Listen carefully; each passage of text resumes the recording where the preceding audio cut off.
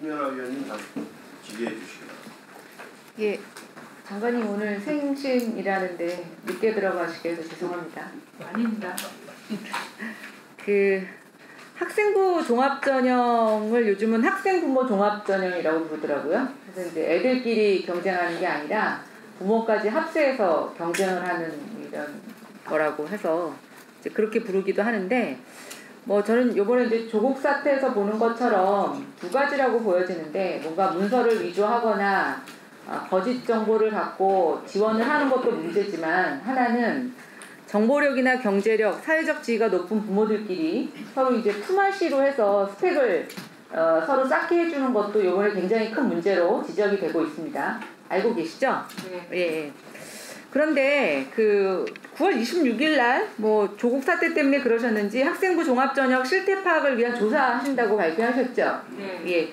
근데 저희가 교육부에서 최근 5년간 대학별 학생부 종합전형 부정적발 사례를 통계를 달라고 했더니 5년 동안 9건밖에 없더라고요.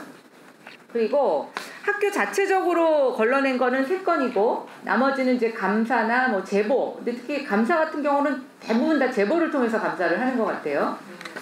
이렇게 지금 적발을 안 하셨는데, 뭐 조국 장관 같은 경우 보면 과거에도 많이 있었던 건데 어떻게 이 부정적인 사례를 발굴하시려고 하시는 거죠? 뭐 방법론이 옛날하고 달라지는 건가요? 여태까지 5년 동안 9건까지밖에 못했는데.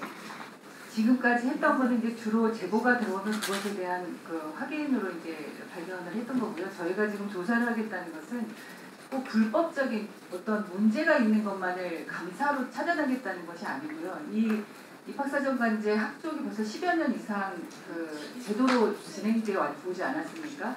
그런데 그 제도라는 합법적인 틀 안에서 의원님 말씀하셨던 부모들끼리의 품앗이라든가 스펙 쌓기가 정말 사회적 지위가 있는 사람들 외에는 접근하기 어려운 그런 방법들이 다 동원이 됐던 거죠. 그러니까 그런 거를 어떻게 발견하시냐고요. 왜냐하면 저는 교육이 온 지 얼마 안 되지만 교육위에 오래 계셨던 의원님들이 제가 본 기억으로는 국감 때마다 계속 학종에 대한 문제 지적을 하셨어요. 예, 그런데 교육부가 여태까지 가만히 있다가 이제 갑자기 이번에 실태조사를 한다는데, 제가 그래서 어떻게 방법으로 해서 이제 이 문제를, 특히 부모들끼리 품앗이 하는 거는 뭐 불법이라고 보기도 되게 어려운 부분도 있을 텐데 그걸 어떻게 걸러내냐는 거죠.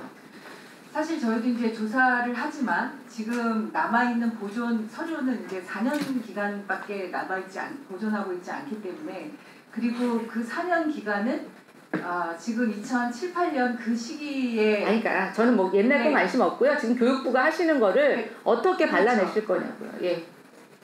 저희가 이제 대학에 1차 서류 제출을 요구를 합니다. 그런데 지금까지는 감사를 하더라도 그 부분들은 충분하게 검토하지 못했었는데요. 학생들이 제출한 학생 기록부라든가 자기소개서라든가 또 입학사정관들이 평가할 때 그런 서류라든가 이런 것들을 보고 실제로 이 비교과 영역이나 학종이 입학 전 과정에서 어떻게 작용했는지를 보기 위한 조사고요. 제가 봤을 때는 네. 교육부 인력하고 지금 이 4년치를 갖고 다 했을 때 얼마만큼 실효성 있게 발견을 하실지 잘 모르겠고요.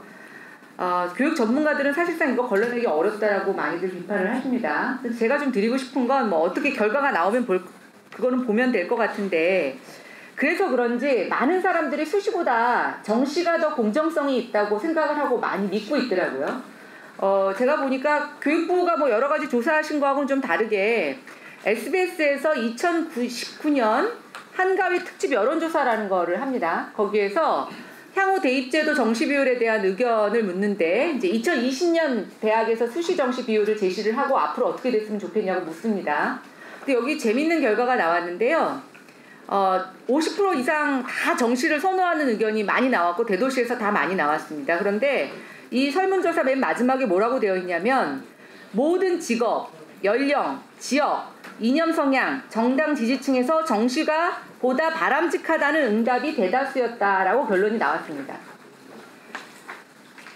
교육부는 공론화위원회에서 제시한 정시 30%, 그거 외에는 더 확대할 생각 없습니까?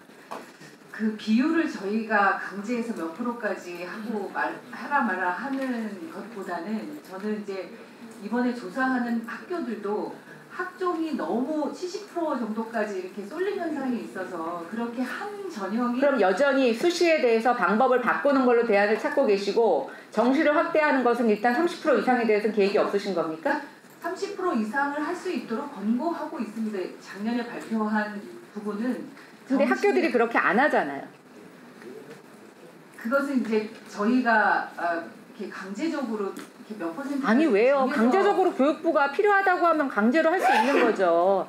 지금 국민들이 이렇게 수시에 대해서 불신이 강하고 또 어쨌든 정시가 훨씬 더 공정하고 정의롭다고 믿는데 정시를 뭔가 좀 효과적으로 할 수 있는 방법에 대해서 왜 고민을 안 하시고 자꾸만 수시를 주물럭주물럭해서 어떻게든 문제점을 그거를 완화하는 쪽으로만 가시려고 하는지 저는 정말 이해를 못하겠어요. 그렇지 않습니다.